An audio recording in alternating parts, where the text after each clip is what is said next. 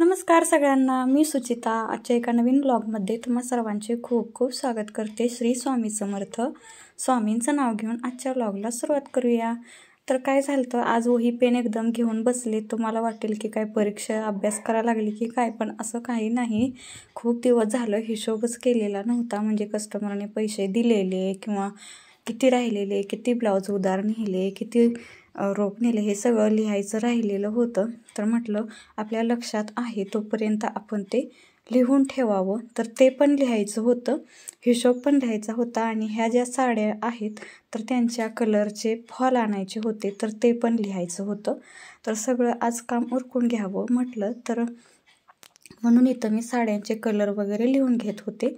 तर नंतर मग गावात गेल्यानंतर हे फॉल जे काही नाही ते पण आणायचं असतं. म्हणजे वेगळे हेलपाटे करण्यापेक्षा एकाच हेलपाट्यात बाकीची सगळी कामं पण होतात आणि हेही होऊन जातं. आणि चिठ्ठी काढून ठेवलेली बरं असतं, म्हणजे अचानक आपण जर जायचं ठरवलं तर ती चिठ्ठी सोबत घेतली का प्रश्न मिटला आणि मग काही राहत नाही. तर इथं मग तेच मी करत होते. एक 5-6 साड्या होत्या, तर त्यांना फॉल आणायचे होते. माझ्याकडे 3 फॉल आहेत, पण एकही याला मॅच होत नाही. म्हणजे ह्या साड्यांना सगळे वेगळे लागणार आहेत, तर ते मी काढून ठेवले. आणि हिशोब पण इथं मी करून घेतलेला आहे. थोडासाच होता, पण ते लिहिणं गरजेचं असतं, कारण आपल्याकडून समजा कस्टमरने एखाद्या दिलं आणि आपल्या लक्षात नाही राहिलं तर आपण नंतर मागू शकतो चुकून डबल. तर तसं होऊ नये, यामुळे विश्वासाला तडा जातो. तर असं होऊ नये म्हणून मी ही काळजी घेते. तर हे सगळं आता इथं माझं झालेलं होतं. आणि गरम तर खूप होतं आहे बघा. फॅन चालू आहे तरीसुद्धा इतकं गरम होतं आहे की विचारूच नका. आणि काय झालं तर त्यात हे सगळं मी करत असताना अचानक एक कस्टमर आलं आणि तिचा उद्या कांदे पोहे म्हणजे पाहुणे येणार होते तिला बघायला. आणि अचानक तिला मग ब्लाऊज शिवून पाहिजे होता आणि साडीही पिको फॉल करून पाहिजे होती. तर असं जर कस्टमर आलं तर बाकीचे सगळं आपल्याला मागे ठेवून हे करून द्यावंच लागतं, कारण कस्टमर आपलं कायमचं कस्टमर असतं. आणि मग आपण अर्जंट अशा वेळी नाही दिलं तर ते नाराज होतं. तर बाकीचं सगळं मी बाजूला काम ठेवलं आणि पटकन लगेच या साडीला फॉल आहे का ते पण बघितलं. तर नशिबाने त्या साडीला फॉल होता. आणि तर मग बाकीचं लगेच ब्लाऊज वगैरे इथं मी कटिंग करायला घेतलं. तर अस्तर त्यांनीच दिलेला होता.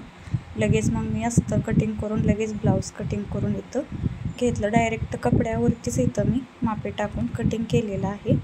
तर हा 37 साईजचा हा ब्लाऊज होता. तर अर्जंटच हे म्हणा ना, पण आता काय आपल्याला हे करणं भाग असतं. आणि कार्यक्रम पण खूप महत्त्वाचा होता. आणि त्या मुलीला म्हणजे एकही अगोदर ब्लाऊज नव्हता शिवलेला, तयार केला. पहिल्यांदाच पाहुणे बघायला येणार होते, त्यामुळे तिला हा ब्लाऊज अर्जंट पाहिजेच होता.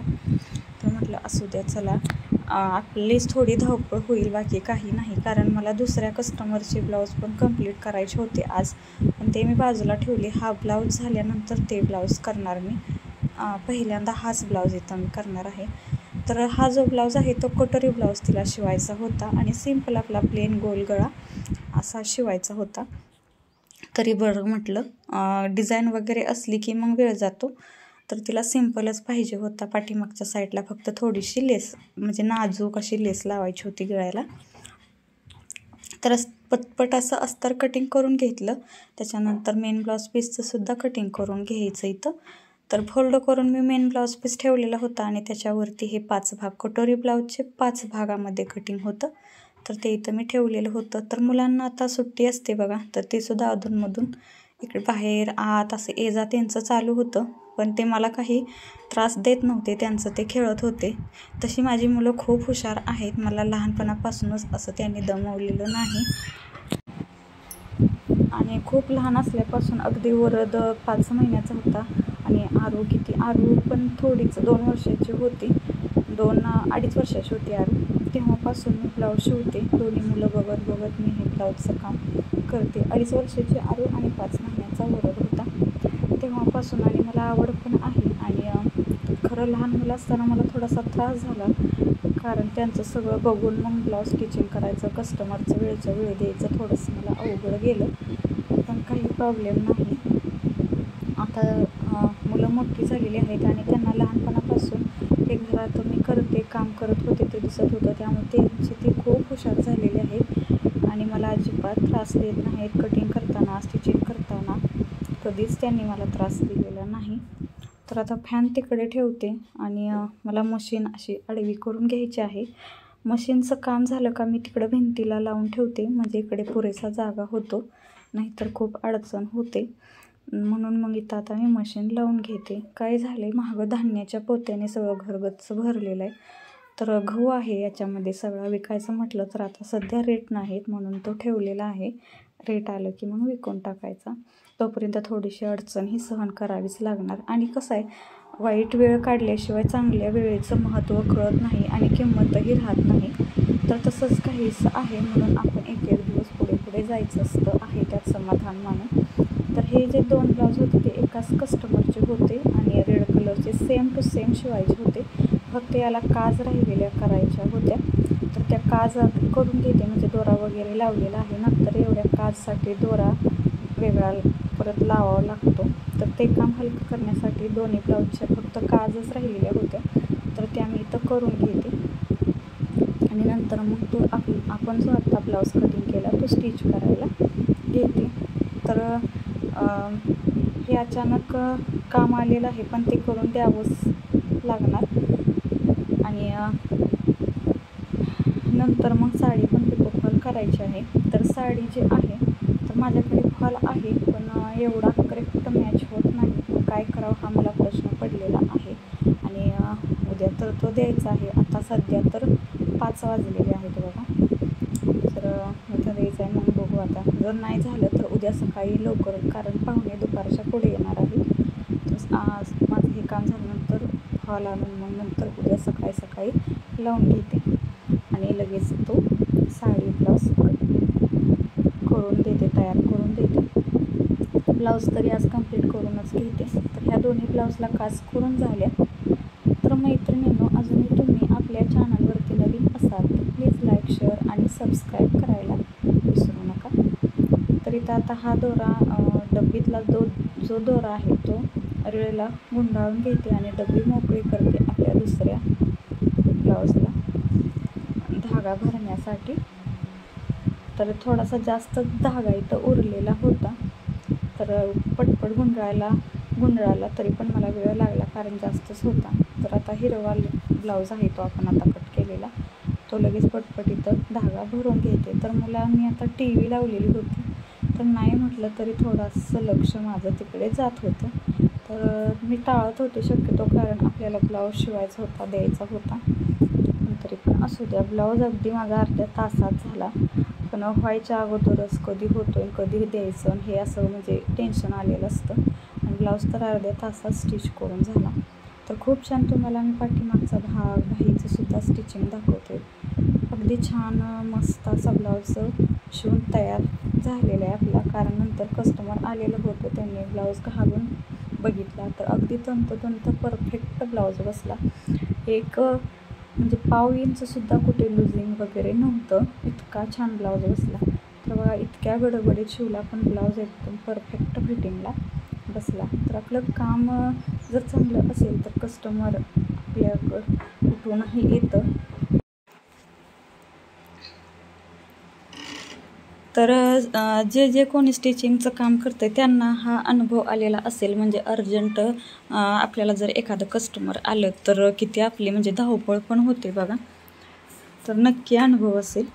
तर इथं पहिल्या बघा, इथं मी बाही कशी स्टिच केलेली आहे बघा या पद्धतीने अस्तरची. आणि याच्यावरती आता इथं लेस पण जोडून घेते. ही बाह्या म्हणजे पिसाबरोबरच आलेली आहे साडीच्या काठासारखी, तर ही इथं जोडून घेते.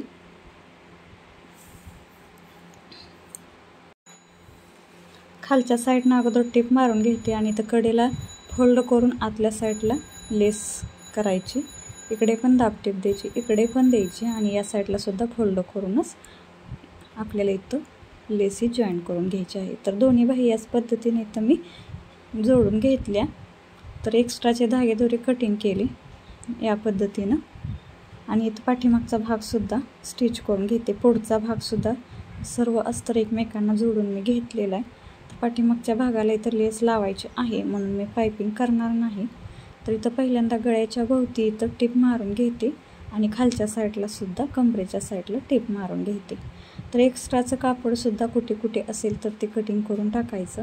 तर हा जो ब्लाऊज पीस होता थोडासा भसकत होता म्हणून मी कापड थोडंसं जास्तच घेतलेलं होतं, कारण भसकलं की मग कापड कमी पडू शकतं म्हणून इथं टिप मारून एक्स्ट्राचं कापड कटिंग केलं. नंतर या साईडला आता गळ्याच्यासुद्धा असं कडेने व्यवस्थित टिप मारून घेते आणि इथं सुद्धा एक्स्ट्राचं कापड कटिंग करते. तर या पद्धतीमध्ये बघा तुम्हाला एक्स्ट्राची कंबरपट्टी जोडावी लागत नाही, त्याच्यानंतर पायपिंगही करावं लागत नाही आणि वेळेची बचत होते. 1 मिनिटात पाठीमागचा भाग आपला स्टिच करून तयार होतो. तर सोपी पद्धत आहे, तुम्हीही नक्की ट्राय करा. आणि ब्लाऊज शिवल्यानंतर छान लूक येतो असं काही नाही की आपण कंबरपट्टी जोडली नाही, पायपिंग केलेलं नाही म्हणून ब्लाऊजचा लूक चेंज होईल. खूप छान ब्लाऊज आपला घातल्यानंतर दिसतो. तर इथं टिप मारून घेतल्यानंतर मी एक्स्ट्राचं कापड जे आहे ते कटिंग केलं आणि इथं कट देऊन घ्यायचे बघा कात्रीने छोटे छोटे. आणि कट देताना पण काळजी घ्यायची की आपण जी मारलेली टिप आहे ती कटिंग होऊ द्यायची नाही आणि एक साईडनं कुठल्याही असं बाहेर ओढायचा आतील भाग. तर या पद्धतीने आपला पाठीमागचा भाग इथंपर्यंतच तयार होईल. तर याला गळ्याच्या आकाराला इथं दाबटीप देऊन घ्यायची म्हणजे गळा आपला तयार होईल. तर सावकाश असं कुठेही चून वगैरे पडू द्यायची नाही. अगदी सोप्या पद्धतीने तुमच्याशी इथं मी शेअर केलेलं आहे. आणि मैत्रिणींनो, अजूनही तुम्ही चॅनलवरती नवीन असाल तर प्लीज लाईक, शेअर आणि सबस्क्राईब करा. तुमच्या सपोर्टची मला खूप गरज आहे सध्या. तर इथं बघा गळ्याचा आकार आपण दाबटीप देऊन तयार करून घेतला. तर खालच्या साईडला सुद्धा कमरेच्या अर्ध्या इंचावरती इथं मी टिप मारून घेते आणि मग याच्यामुळे काय होतं आपल्याला एक्स्ट्राची कंबरपट्टी जोडावी लागत नाही. तर असे खूप सारे स्टिचिंग रिलेटेड व्हिडिओ मी सुचिता फॅशन आटपाडी या चॅनलवरती अपलोड केलेले आहेत. तर त्या चॅनलला सबस्क्राईब करा आणि व्हिडिओ पहा. खूप सोप्या पद्धतीने मी कटिंग आणि स्टिचिंग दाखवलेलं आहे. तर इथं बघा एक साडी कस्टमरने इथं ठेवलेली बघा. आता तुम्हाला निळी साडी जी दिसली ती पिको फॉल करायची आहे. तर मी त्यांच्याशी गप्पा मारतच नंतर मग हा ब्लाऊज स्टिच करून घेतला. तर ते कस्टमर आलेलं होतं. तर इथं मी कडेला सुद्धा आता टेप मारून घेते आणि एक्स्ट्राचं जे कापड आहे ते कटिंग करून घेते.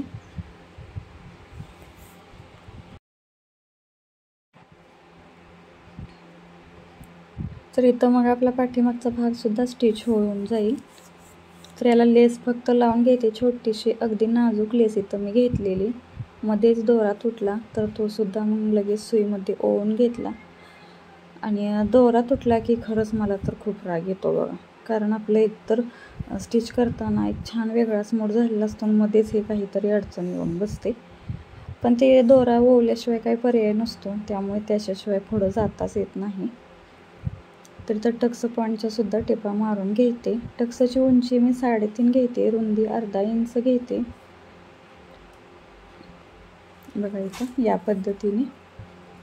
आणि पाठीमागचा भाग सुद्धा आपला इथं कंप्लीट झाला. तर ब्लाऊज शिवून ओके झालेला आहे इथं. तर पाठीमागच्या साईडला बघा छान असा लुक आलेला आहे. तर 37 साईजचा हा ब्लाऊज होता, हुक पण लावून झाले. तर आजच्या व्हिडिओमध्ये इतकंच. भेटूया उद्याच्या नवीन ब्लॉगमध्ये. व्हिडिओ आवडल्यास लाईक, शेअर आणि सबस्क्राईब करा. तर आत्ता बाय बाय.